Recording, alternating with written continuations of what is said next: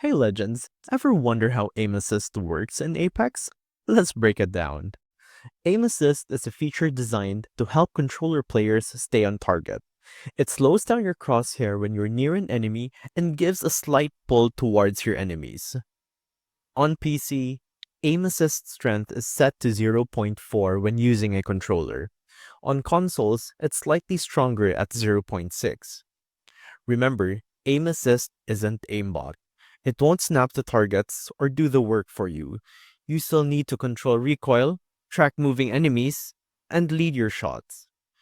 To maximize aim assist, stay calm in fights. You gotta go to short range or to mid range at best. Avoid overcorrecting your aim and practice in the firing range to get a feel of how it works. Master aim assist and you'll be climbing the ranks in no time. Good luck, Legends.